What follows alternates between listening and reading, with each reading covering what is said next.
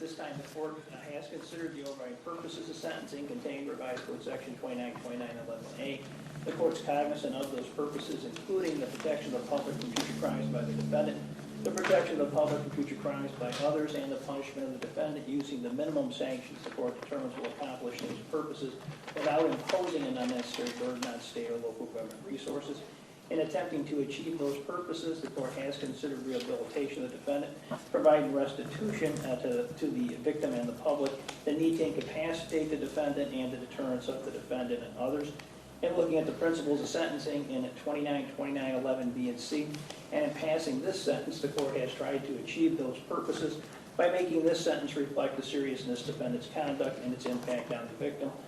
Also to be consistent with sentences for similar crimes and similar defendants, and the court will not base this sentence on race, ethnicity, gender, or religion.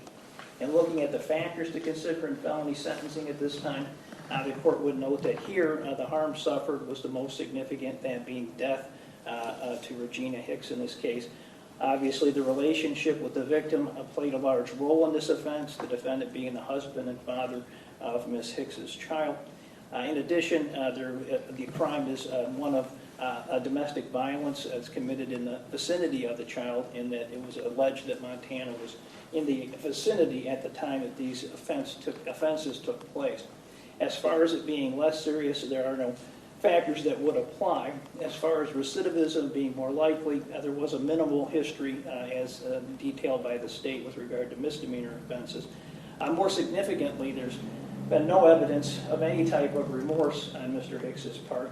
He managed to keep this from coming forward before the court for nearly a quarter of a century and did nothing to avail himself of the opportunity to bring it forward and bring it to closing so that the family, the friends, and the community could begin healing in the matter.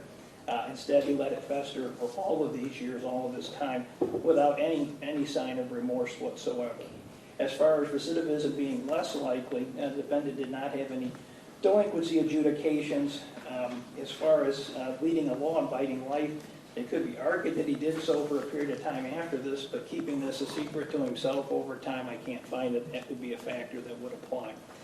As far as the sentencing, the court is required under count 1 to impose on the murder, an unclassified felony, a 15-year to life sentence, and I will do so.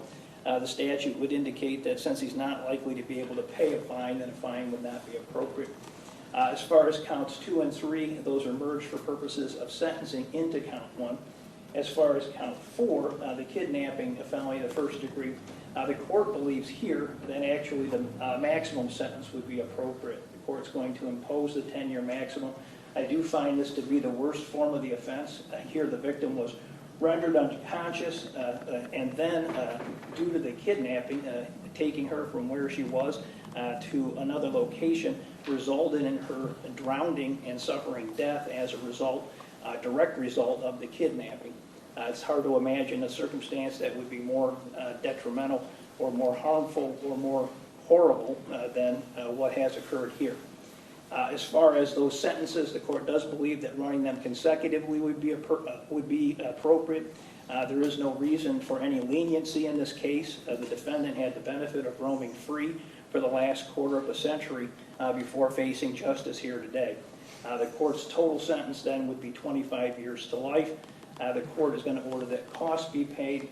As far as those consecutive sentences, the court does believe that they are necessary and are appropriate to adequately protect the public from future crimes and to adequately punish the offender.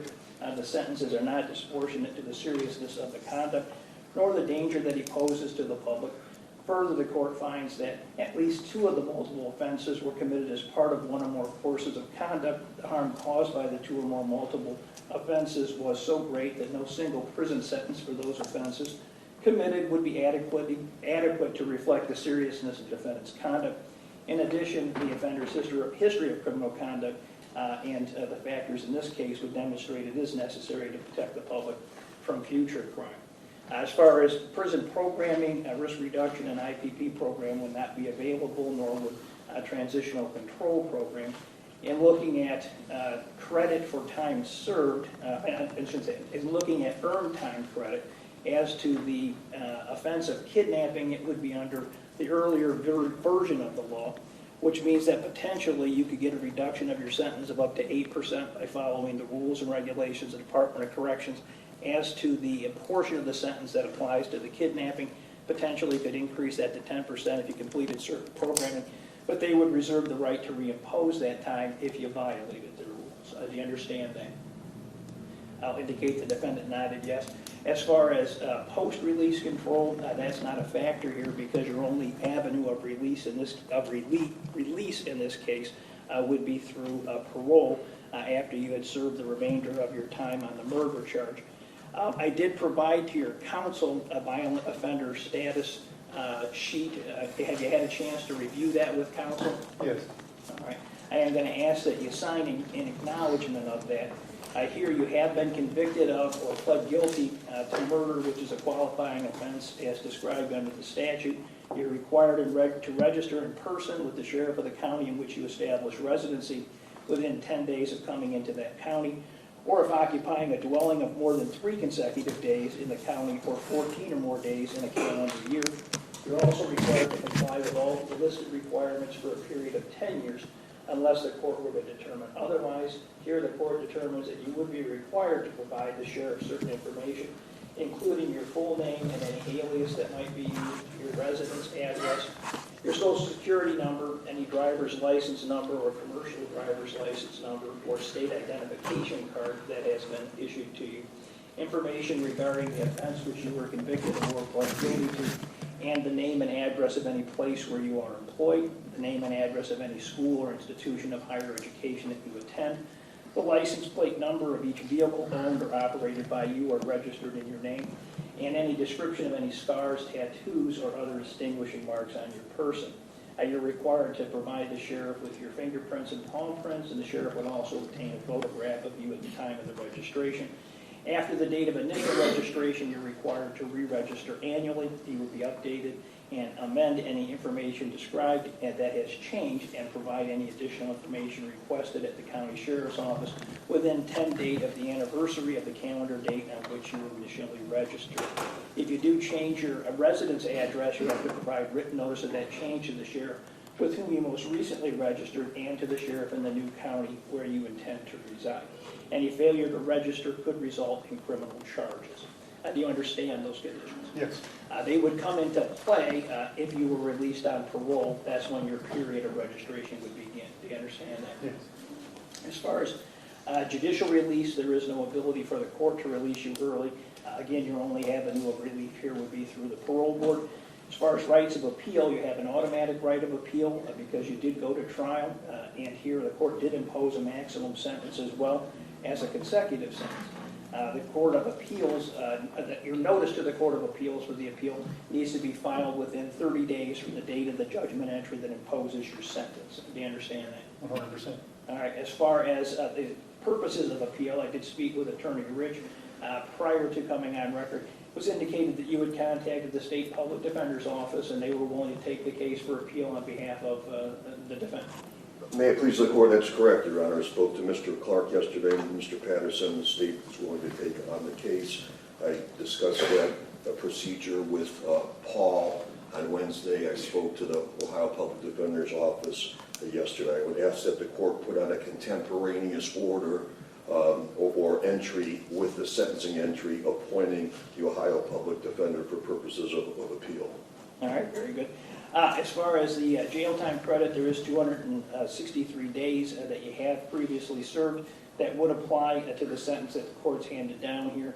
At this time, I am going to remand you to the custody of the sheriff, and I will release bond. I do want to thank all of the attorneys that participated in the matter. You handled it very professionally all the way through. I also want to thank the members of the jury that were here. We took up 2 weeks of their lives as well, and they were very dedicated, and I do appreciate all of their service. At this time, then, we will take a recess unless there's further matters from the council. There are, Your Honor. Just to protect the record, note the defense's objection to consecutive sentences, please, and then also note the objection to the maximum sentence on the kidnapping. That will be noted as well. Additionally, asked that there was property seized during the investigation of this case from Elisa Carroll. She's present in the courtroom today. I asked that that property be returned since it's not being used for evidentiary value at this point. Finally, I think the court's aware Paul was indigent. I would ask that the court waive costs and fines as a result of him being indigent. Thank you, Your Honor. The court didn't impose any fines. The court will waive the costs in this matter given the length of the sentence that has been handed down. As to Ms. Carroll's property, I'm going to ask that the state and defense discuss if they can reach a resolution. If they can't, I'll address it by motion. Your Honor, those properties were seized pursuant to search warrants signed by an Erie County judge. So I think the plan would be to work out whatever Anthony wants back, then go back to Erie County and have that judge that issued the search warrant order the property released back to Lisa Carroll. All right. And again, if you can handle it amongst yourselves, that's fine. If you need court intervention, you can approach the court by motion. And just so the record's clear, Your Honor, it's my understanding the state is not opposing that. No. Okay. Thank you. All right. Is there anything further then? No. No, sir. I do hope for the family and friends of the victim here that are present today. It's been a very long time for you to wait for justice. I hope this brings you some closure.